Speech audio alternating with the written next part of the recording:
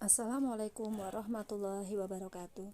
Bertemu lagi dengan saya Evi Nuryati, calon guru penggerak angkatan 4 dari Kabupaten Magelang. Di sini saya akan memaparkan tentang aksi nyata budaya positif di SDIT Alam Al-Hikmah.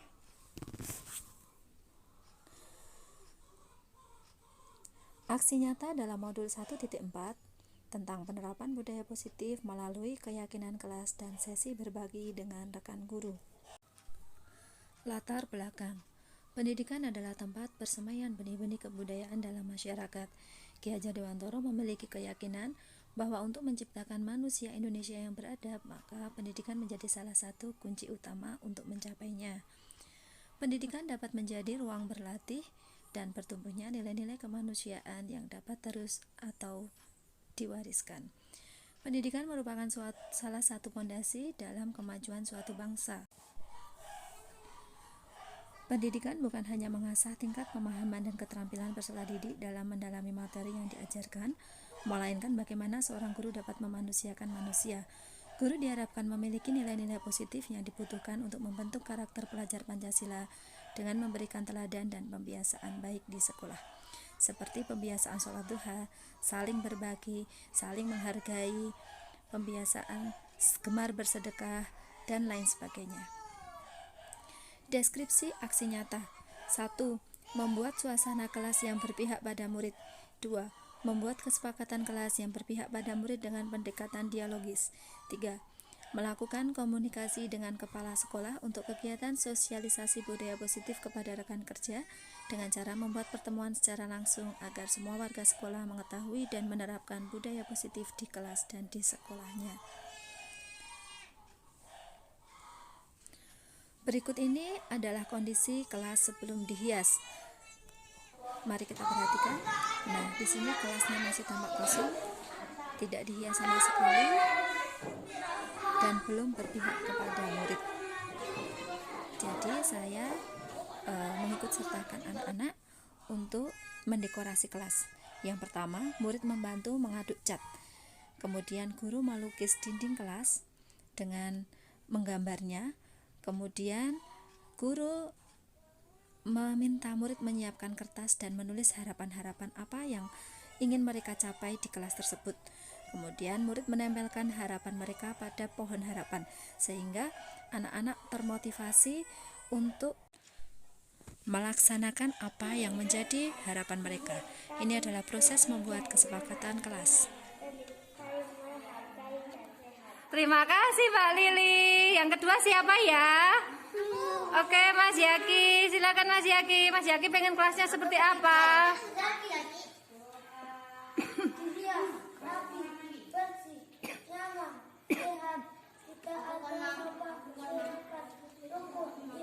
Terima kasih Mas Yaki, beri tepuk tangan. Yang lainnya, yang ketiga. Oke, Mas Faisal.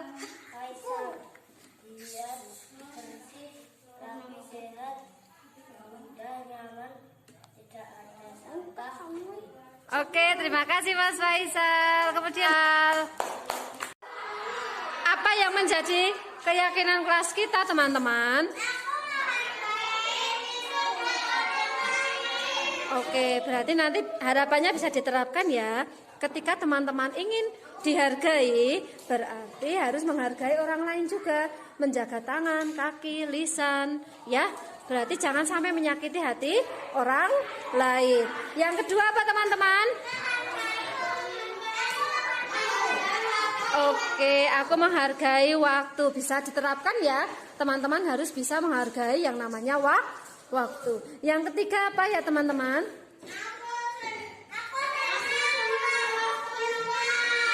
Aku senang kelasku nyaman. Nah, biar nyaman, apa yang harus teman-teman lakukan? Tertib, kemudian saling membantu. Kelasnya harus apa? Bersih. Ya, seperti itu ya teman-teman, harapannya bisa diterapkan ya.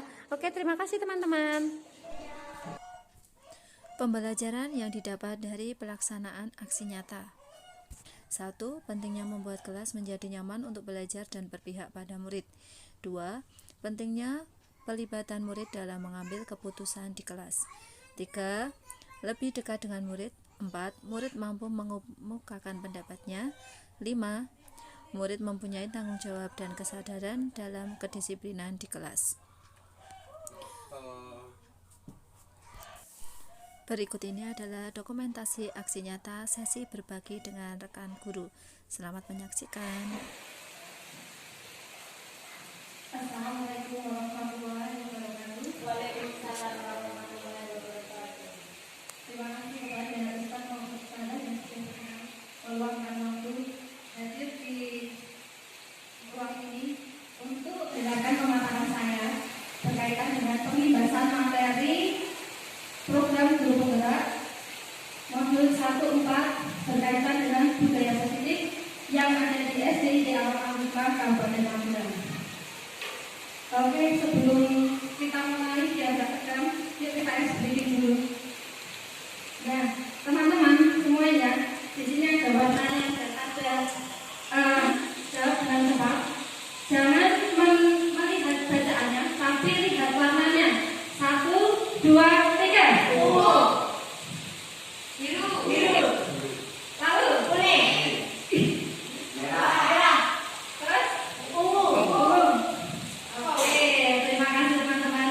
Teman-teman semuanya, hari ini saya akan membahas tentang budaya positif atau ekosistem positif. Kita di sini akan mengilhami filosofi yang dari Bapak Pendidikan kita, yaitu Ki Hajar Dewantara. Budaya positif menurut Ki Hajar Dewantara adalah ibarat guru itu adalah petani atau tukang kebun. Jadi sawahnya ini, ladangnya ini adalah sekolahan kita. Kemudian petaninya itu adalah guru dan siswanya ini adalah benih-benih padi. Nah, untuk mendapatkan benih padi yang maksimal itu ia dapat memperbaiki dengan kondisi tanahnya, memelihara tanaman padi, memberi pupuk dan air, membasmi ulat-ulat dan jamur-jamur yang mengganggu hidup tanaman padi dan lain sebagainya. Jadi Bapak Ibu guru semuanya, untuk menjadikan tanaman padi ini bisa subur, untuk kita bisa memperoleh output anak-anak yang terbaik, maka kita sebagai guru, sebagai pendidik, harusnya kita mampu memperbaiki, merawat anak-anak tersebut dengan kelas lingkungan yang memadai. Mengapa tidak peraturan saja? Mengapa harus keyakinan kelas? Yang kita saat ini mungkin teman-teman guru itu hanya membuat keyakinan kelas apa sih bedanya dengan peraturan kelas? Nah, peraturan kelas ini teman-teman, ini lebih banyak guru yang memberikan aturan dan murid ini dipaksa untuk mengikuti apa yang sudah menjadi peraturan. Misalnya, yang tidak bersepatu hitam akan dikurangi poinnya 5. Ya, itu dulu zaman saya SMA seperti itu ya. Itu namanya peraturan dan kita dipaksa untuk mengikuti peraturan. Yang tidak mengumpulkan PR nilainya kurang 10 misal saya. Nah, seperti itu. Nah, kalau keyakinan kelas ini dibuat bersama-sama dengan anak.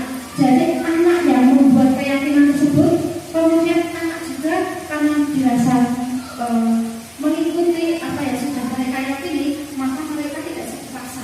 Mereka akan mengikuti sendiri apa yang sudah menjadi keyakinan kelas mereka. Untuk mendukung motivasi intrinsik dari dalam, kembali ke nilai-nilai dan keyakinan-keyakinan lebih diharapkan seseorang dibanding mengikuti serangkaian peraturan-peraturan.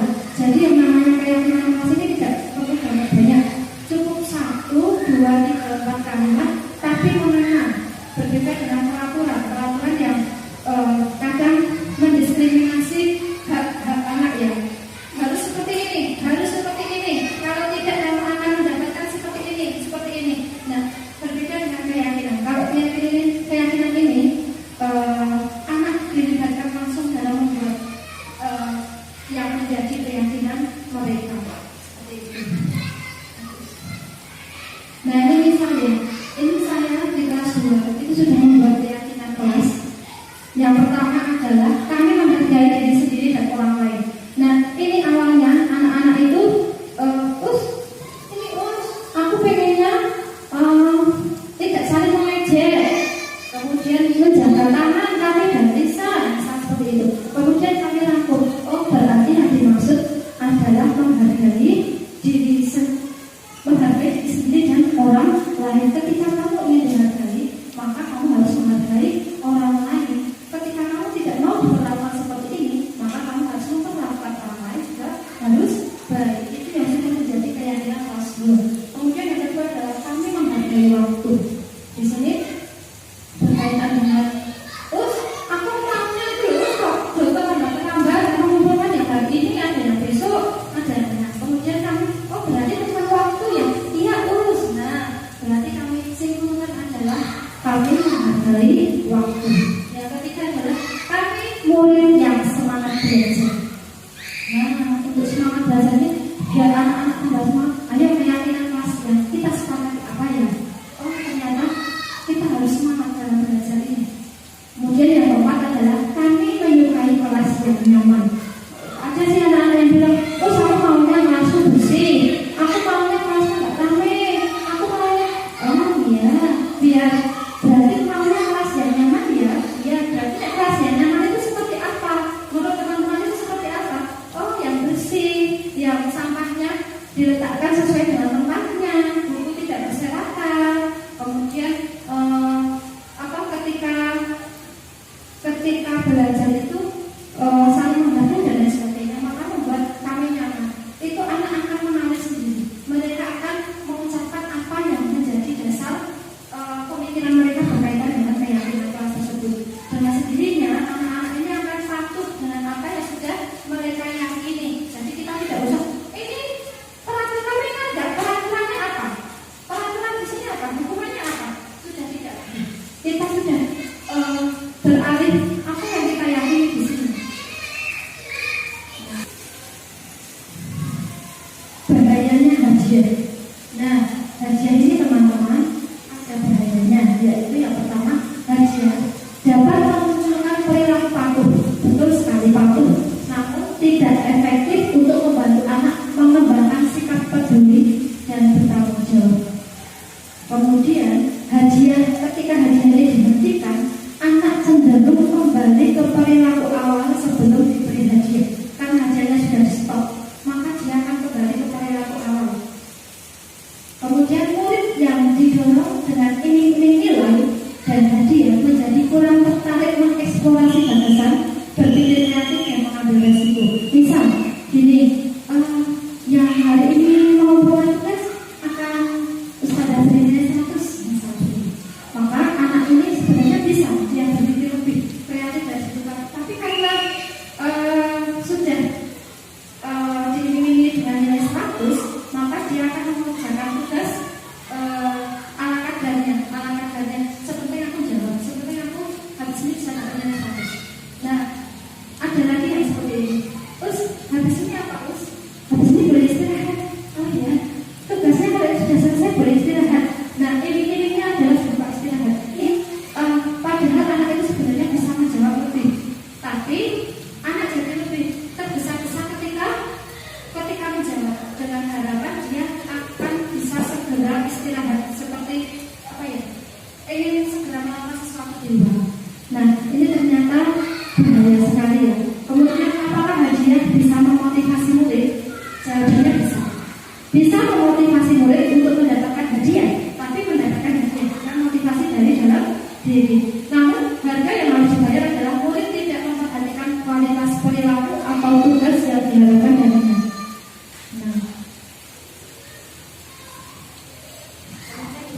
Nah ini berkaitan dengan hukuman atau konsekuensi menurut teman-teman ya. Ini mencatat 100 kali di dalam buku kalian. Saya tidak akan terlambat lagi karena terlambat ke sekolah. Kira-kira ini hukuman atau konsekuensi? Apa? Hukuman. Oke, coba cek. Ya, betul sekali. Yang kedua adalah lari mengelilingi di lapangan basket 2 kali karena terlambat hadir ke sekolah. Ini hukuman atau konsekuensi? Ini hukuman. Betul sekali. Kemudian, nah teman-teman di sini ada perbedaannya antara hukuman dan konsekuensi. Di mana hukuman itu adalah sesuatu yang menyakitkan dan harus terjadi, sedangkan konsekuensi ini adalah sesuatu yang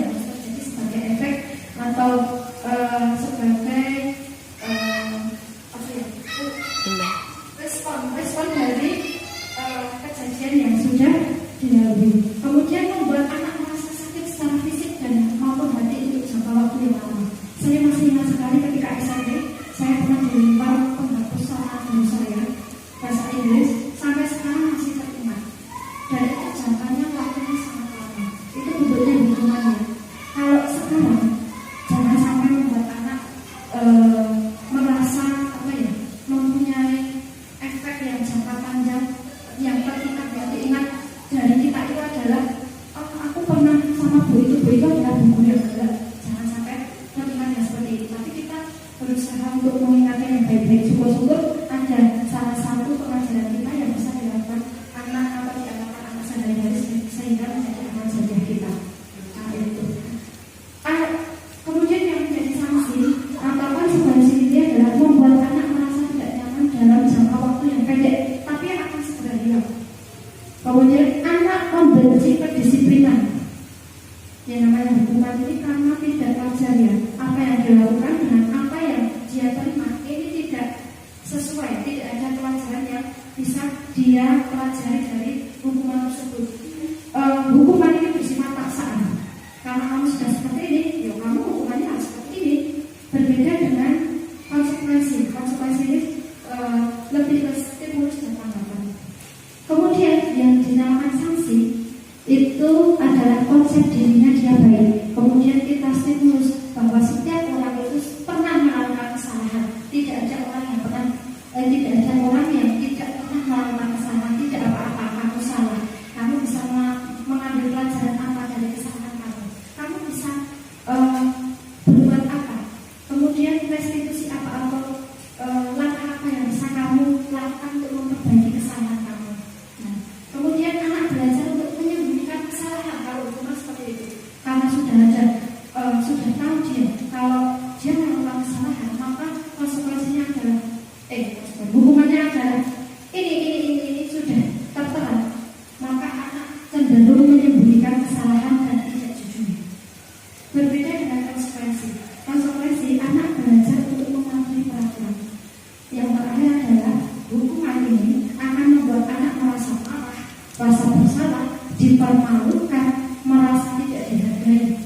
Jadi sudah ditolak. Biasanya di depan umum ya seperti itu. Kemudian kalau konsekuensi ini memang anak kehilangan hak, dibuat tidak nyaman, diasingkan untuk sementara. Tapi itu efeknya akan lebih baik daripada hukuman. Nah di sini Bapak Ibu guru semuanya, ternyata anak itu melakukan sesuatu itu mempunyai tujuan. Tadi di awal seperti itu ya. Ternyata anak ini ketika melakukan sesuatu itu untuk memenuhi kebutuhan dasar manusia. Di sini menurut dasar itu ada kebutuhan dasar utama di dalam diri manusia, yaitu kebutuhan belonging atau cinta kasih, kebutuhan power atau penguasaan, kebutuhan fun atau kesenangan, dan kebutuhan freedom atau kebebasan. Seorang anak mungkin ketika mengikuti pelajarannya Bapak Ibu ada yang terlihat tidak fokus.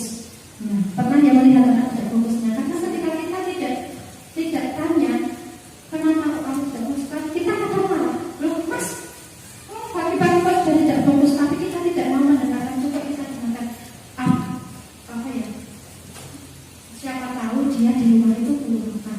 Ada kebutuhan yang belum dia penuhi, yaitu kebutuhan dasarnya berkaitan dengan kebutuhan hidup yang mau dia penuhi. Karena dia tidak makan, makanya dia tidak bisa fokus. Mau kita kesal sampai besok pun dia tidak fokus karena ada kebutuhan dasar yang tidak dia penuhi. Kemudian mungkin ada anak yang sukanya jahil sama temannya, kita langsung marah, mas kok jangan jahil toh. Tapi kita tidak tanya dulu, ada apa mas, kenapa kok kamu melakukan seperti itu. Padahal mungkin di dalam keluarganya dia ada masalah. Kemudian dia mencari perhatian kepada kita dengan cara usil, dengan mencari perhatian kita, biar aku diganti sama Bapak Ibu guru, dengan cara menyalurkan itu dengan cara usil. Namanya anak-anak ya. Jadi ada kebutuhan yang harusnya bisa kita penuhi biar anak ini bisa tumbuh seperti yang kita harapkan. Seperti itu. Bisa di sini ada ini. Ibu guru bilang aku tidak boleh bersenandung sewaktu mengerjakan tugas, katanya kelas harus tenang, tidak ada suara. Padahal kamu suka dan senang bernyanyi. Kira-kira kebutuhan dari siswa ini apa ya? Freedom ya, kebebasan. Kemudian yang kedua, ibu guru tidak menyapaku hari ini padahal aku pakai jepit rambut yang baru. Belonging atau kasih sayang. Jadi posisi kontrol guru itu yang pertama adalah sebagai pembuku. Jadi biasanya guru yang mempunyai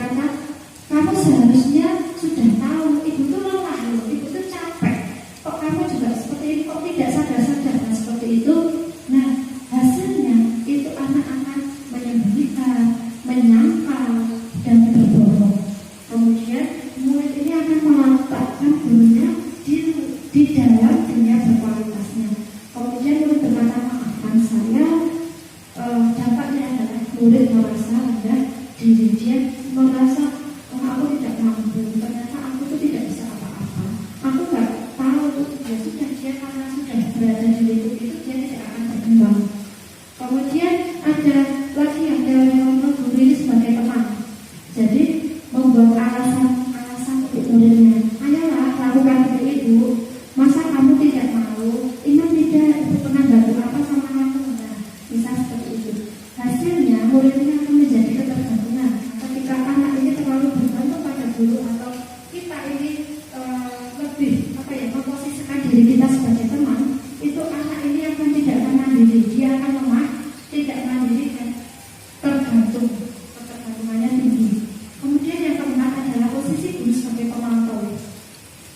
Pemantau ini guru berbuat untuk menghitung dan mengukur, kemudian berkata apa peraturannya. Hasilnya anak ini akan menyesuaikan diri dan merasa bila ia selalu diawasi. Kemudian kaitannya dengan dunia berkualitas adalah mulai meletakkan dulu peraturan dan hukuman di dunia berkualitasnya. Kemudian murid berkata berapa banyak bintang yang saya harus peroleh, berapa halaman yang harus saya tulis, berapa nilai yang harus saya kumpulkan, misal seperti itu. Kemudian dampak pada murid adalah menitik beratkan pada sanksi atau hadiah dan untuk dirinya. Jadi ketika aku melakukan ini, aku akan mendapatkan reward ini. Jadi ketika aku berbuat ini, aku akan mendapatkan sanksi seperti ini. Nah, yang terakhir ini adalah posisi kontrol manajer. Jadi gurunya ini mengajukan pertanyaan-pertanyaan, apa yang kita yakini, apa yang bisa kita kerjakan untuk memperbaiki masalah ini. Kemudian hasilnya adalah menguatkan pribadi. Mulai meletakkan dirinya sebagai individu yang positif dan dalam dunia berkualitas. Kemudian dia berkata bagaimana cara saya bisa memperbaiki keadaan.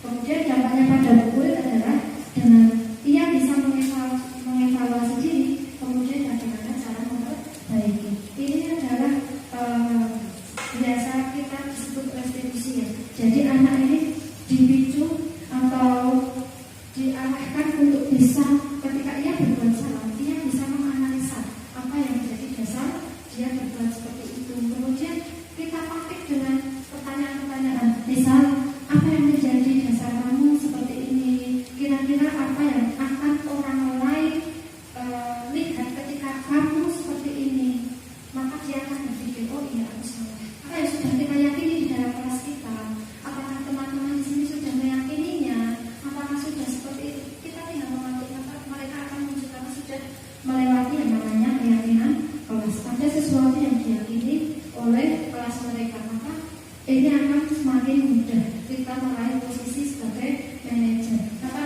anak ini menghargai dirinya sendiri, mengevaluasi dirinya sendiri, menghargai dirinya sendiri sebagai insan yang positif, maka kita sebaiknya melakukan posisi atau berada di posisi manajer. Atas waktunya, setidaknya itu yang bisa saya sampaikan berkaitan dengan pembahasan materi budaya positif dari program Rumah. Direkam terus sama murid kita. Mari kita berbuat kebaikan, mari kita menciptakan anak-anak yang berkualitas.